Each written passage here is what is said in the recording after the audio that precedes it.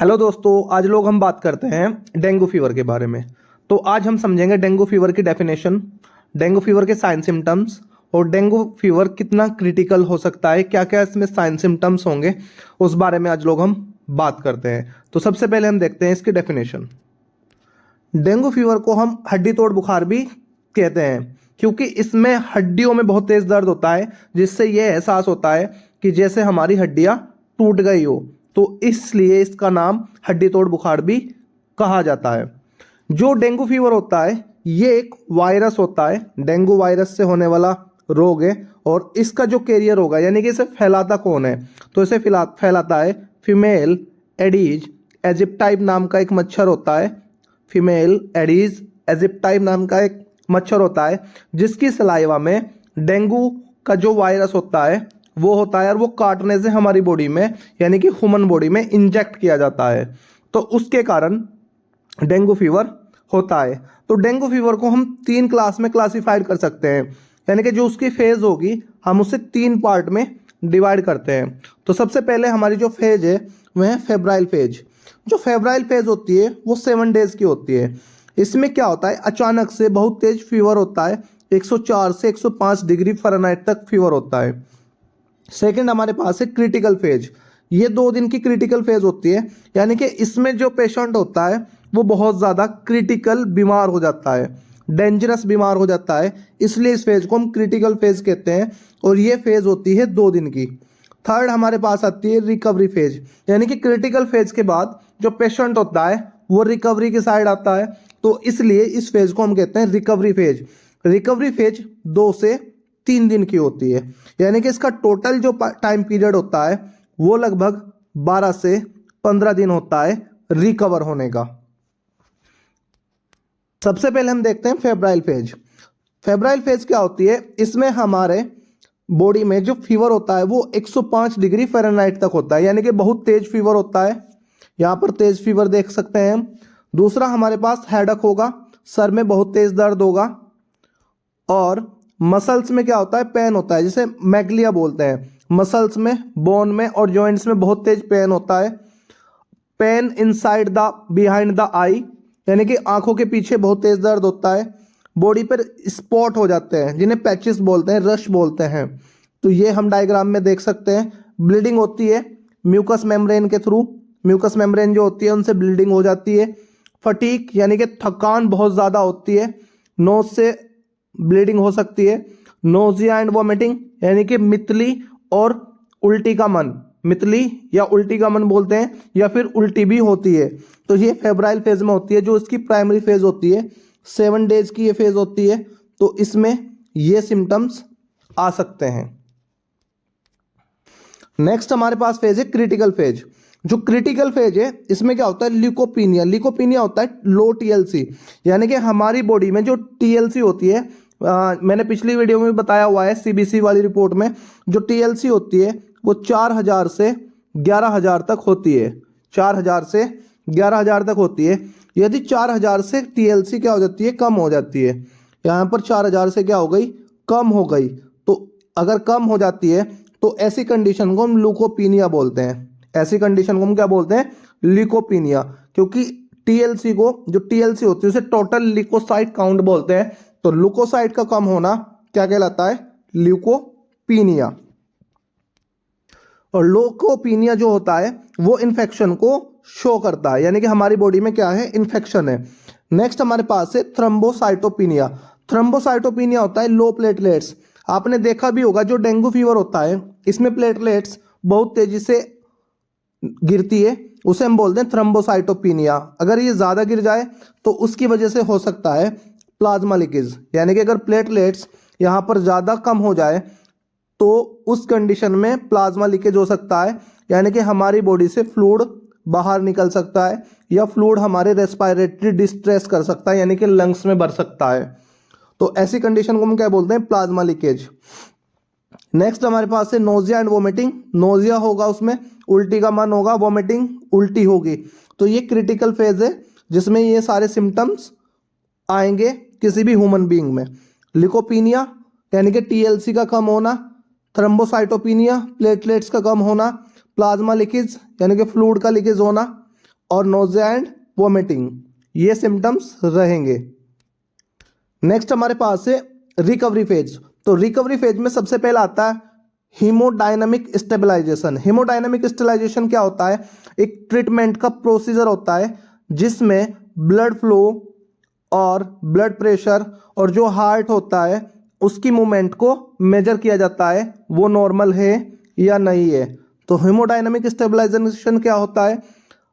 इसमें ये एक ट्रीटमेंट का एक प्रोसीजर है जिसमें ब्लड फ्लो को और ब्लड प्रेशर को और हार्ट रेट को क्या होता है, मेजर किया जाता है, वो नॉर्मल है या नहीं है। इसमें यूरिन का आउटपुट बढ़ जाता है, यानी कि फ्लूइड इसमें दिया जाता है। मेडिकेशन में मैं आपको बताऊंगा, फ्लूइड दिया जाता है। तो फ्लूइड देने के बाद क्या होता है, जब रिकवरी फेज आती है तो यूरिन का आउटपुट बढ़ जाता है।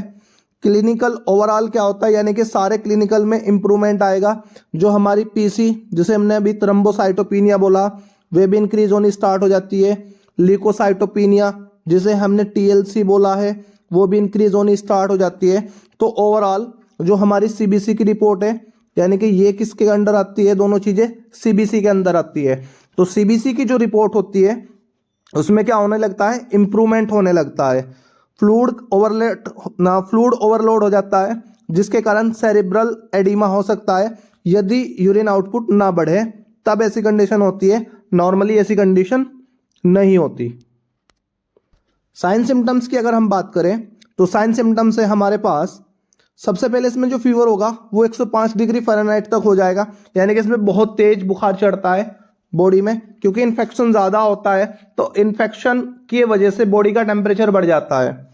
दूसरा हेडेक होगा, मैंने भी आपको बताया, स्किन रेसिस होंगे, मसल्स में जॉइंट पेन होगा, आई के पीछे दर्द होगा, नोज़िया वोमिटिंग होगी, माइल्ड ब्लीडिंग होगी। तो ये साइन सिम्टम्स मैंने आपको पहले भी बता दिए फेवरेबल फेज में। तो यही साइन सिम्टम्स हैं हमारे टोटल।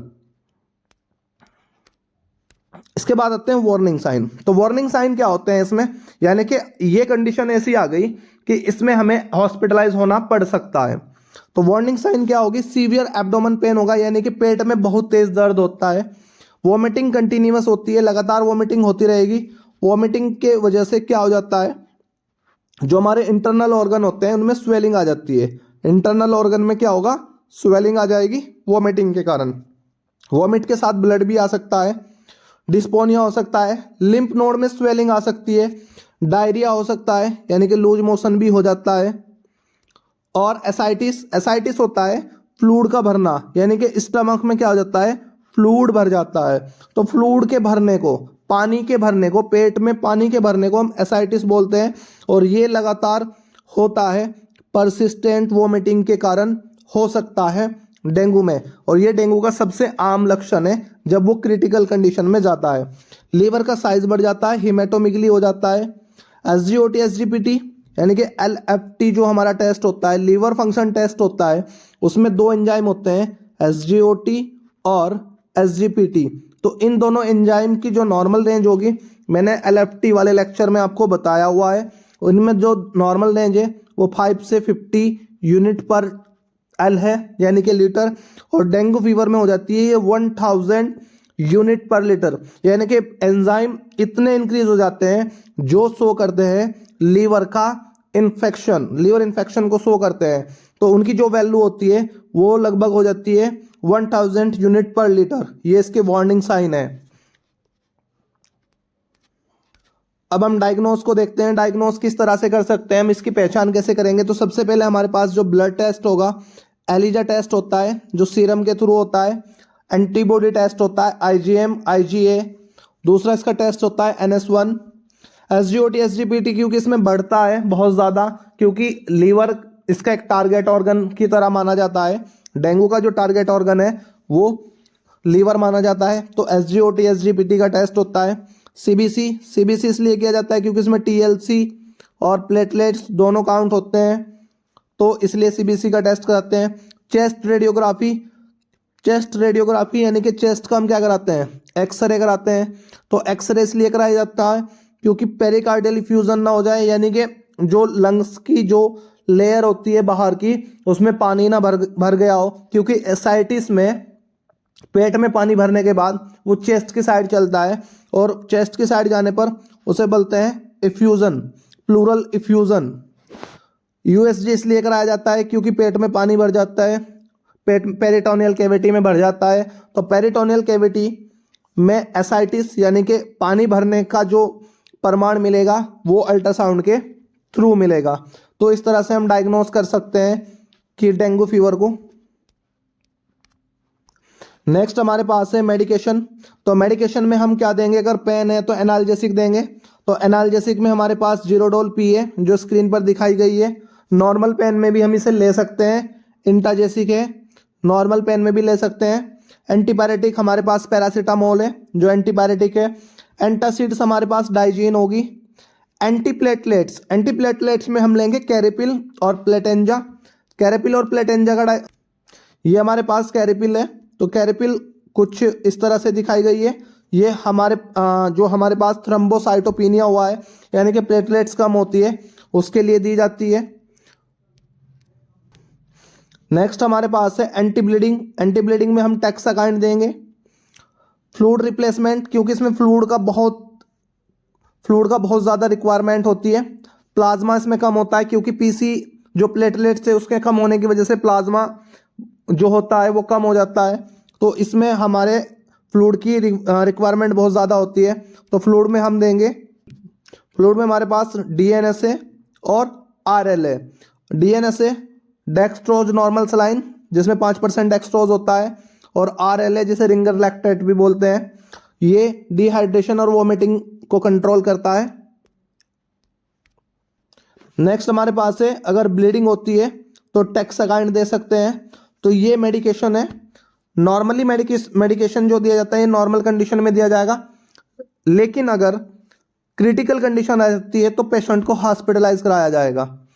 उस कंडीशन में हम ये ट्रीटमेंट हमारा फॉलो नहीं कर सकते क्योंकि ये सुपरविजन में ही फॉलो होगा फिजिशियन के। आप अपने घर पर खुद फॉलो ना करें। नेक्स्ट हमारे पास सबसे इंपॉर्टेंट है डाइट। तो डाइट में हमारे पास क्या होगा? हाइड्रोलाइटिक फ्लूइड यानी कि पानी और कोकोनट वाटर ले सकते हैं फ्लूइड में। न्यूट्रिएंट रिच फ्रूट ले सकते हैं, पोमीग्रेनेट और पपाया ले सकते हैं। वेजिटेबल्स ले सकते हैं और ऐसे फूड ले सकते हैं जो इजीली डाइजेस्ट हो जाए। तो डेंगू फीवर के लिए सबसे बेस्ट होता है। तो ये हमारा डाइट है जो हम डेंगू फीवर में ले सकते हैं। धन्यवाद।